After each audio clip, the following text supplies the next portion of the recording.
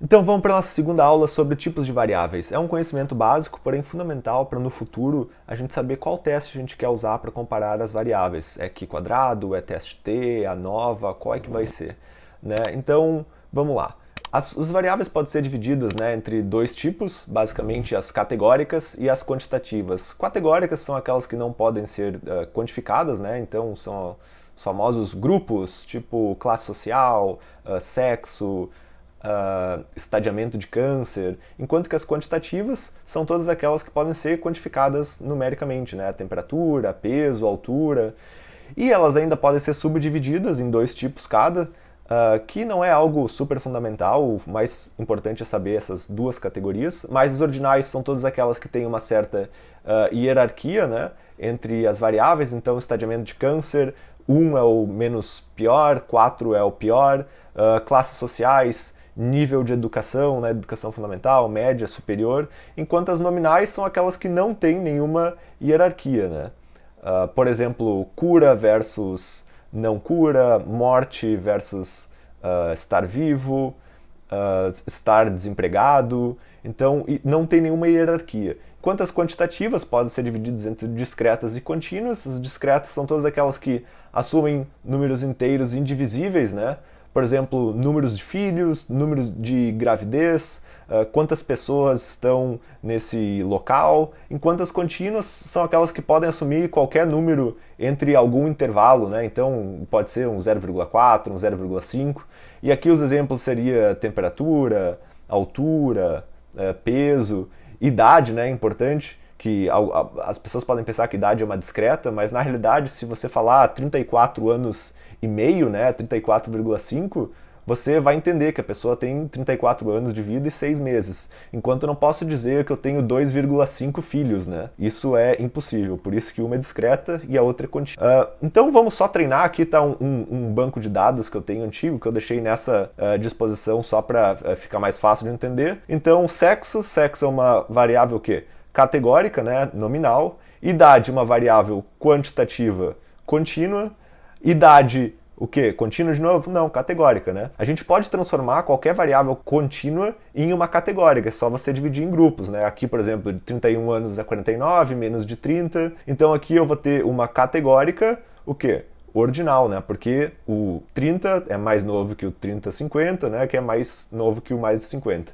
Educação, né? De novo, uma categórica ordinal. O próximo vai ser a renda, outra categórica ordinal. O próximo vai ser viver na rua, né? Então aqui tem um número, isso é contínua? Não, né? É só disposição. Em geral, quando a gente organiza o banco de dados, a gente prefere usar 1 para evento positivo e 0 para negativo, né? Então 1 seria ser morador de rua e 0 não. Aqui está o estado de fumar, quem fuma, quem nunca fumou e quem já fumava. A próxima, e aí temos o uso de drogas, né? Mais uma categórica nominal.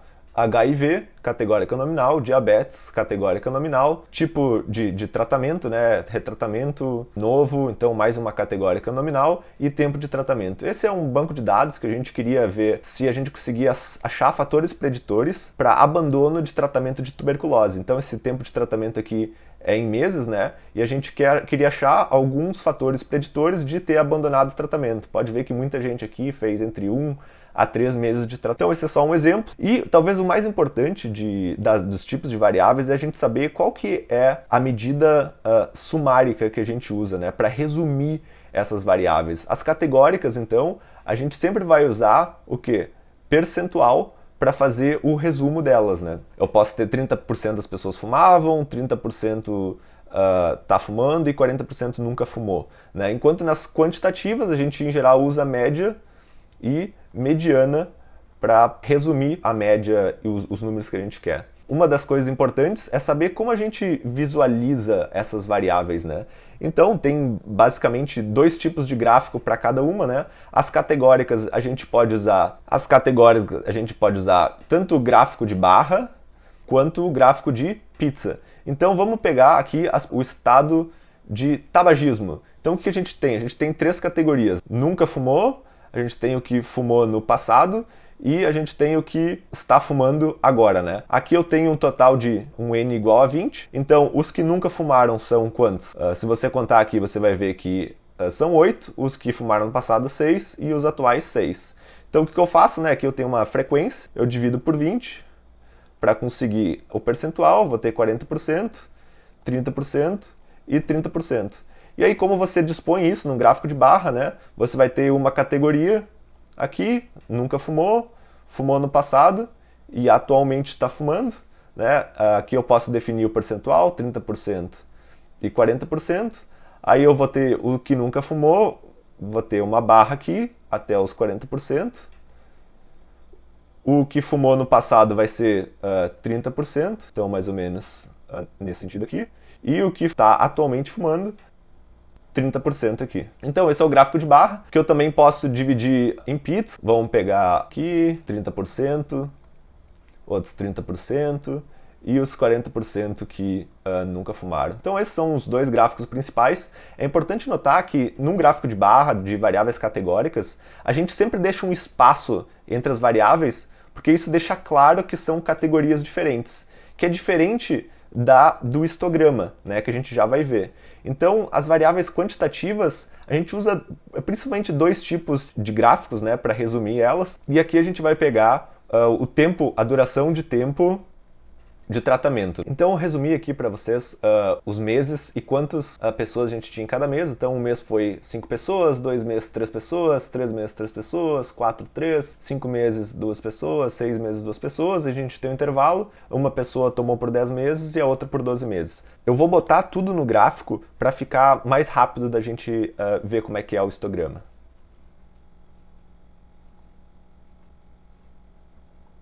Então ficou assim, meu histograma, né? Um mês 5 pessoas, aí 3 pessoas ficaram 2, 3, 4 e assim por diante, né? Então aqui eu tenho a frequência e pode ver que todas as barras estão juntas, né? Diferentemente do gráfico de barra, que elas ficam separadas, porque aqui eu tô com uma variável contínua.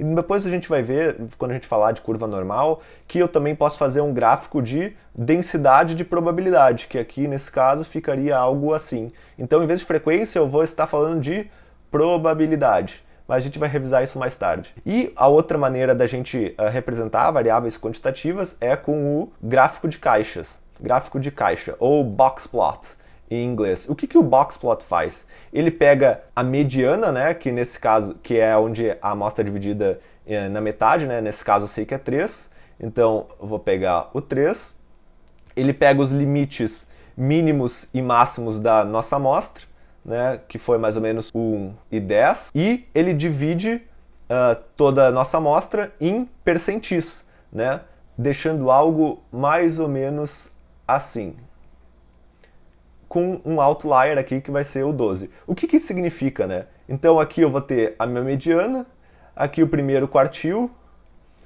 aqui o terceiro quartil, ou também chamado de percentil 25, e aqui percentil 75. Isso basicamente significa que 20% das observações estão abaixo do primeiro quartil, 25% das observações estão acima do terceiro quartil, 50% vão estar aqui no intervalo interquartil e aqui eu tenho um outlier. E pode ver que esse gráfico de caixa pode ser bem visualizado também no histograma, né? Porque você vai ver que se eu botasse um em cima do outro, ia ficar assim, né? Então ele dá uma boa ideia da assimetria da curva e como os dados estão organizados. Nas próximas aulas a gente vai ver um pouco mais sobre esses gráficos e as medidas de tendência, né, especialmente para as variáveis quantitativas, que são a média e a mediana. Se gostou, não esquece de deixar o like embaixo e até mais!